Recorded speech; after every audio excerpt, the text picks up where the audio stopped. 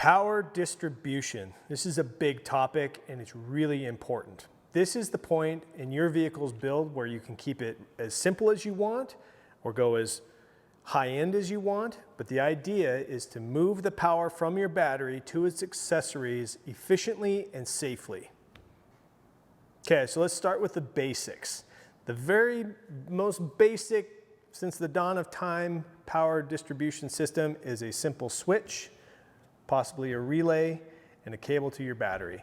So you flip the switch on, it activates a relay, it turns your accessory light bar on, your water pump on, whatever's hooked up to that switch. It's really reliable, it's simple, and it's, so to speak, dumb. But there is advantages to dumb systems like that. There's less to go wrong, and if it does go wrong, it's easy to fix.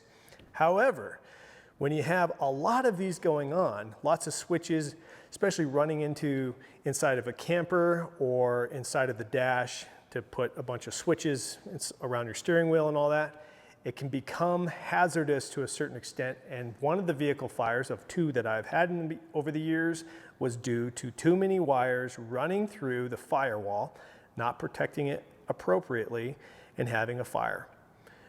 So since then, over the years, we at Expedition Overland in particular have moved from dumb systems to smart systems. The first integration of smart systems that XO has used and has used for many years now is the Spod systems. What that does is it uses a power management block that lands under the hood. You mount it somewhere under the hood and it's directly connected to your power. Then all of your accessory wires attach to that box, so to speak, where it has a universal positive, negative, and individual switch circuits. From there is usually like a Cat 6 or Cat 5 cable that runs from that distribution box inside the cab, so there's only one wire running, and it runs to the back of one of the switch panels. One single wire. And it's really safe to run through your firewall. Then one control panel manages that power distribution box for whatever switch is designed to do whatever you have it assigned to do. For example, this has roof lights, grill lights, backup lights, rock lights, work light, under hood light, the rear locker, and an A or B air compressor.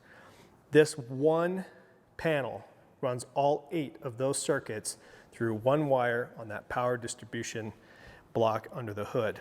As we talk about Spod and systems like this, they manage your on and off functions, maybe with a little bit more control beyond that, but it's really just an on-off switch. There's a big jump in power distribution, control, and power management when you jump to like a system like the Red Vision system.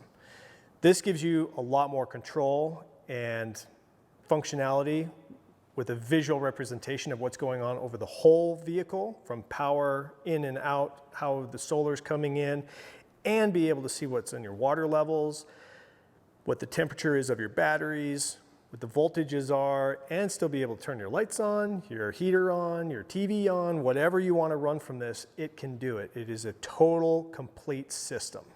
So let's just talk about some considerations as it pertains to these 3 systems and these 3 types of systems.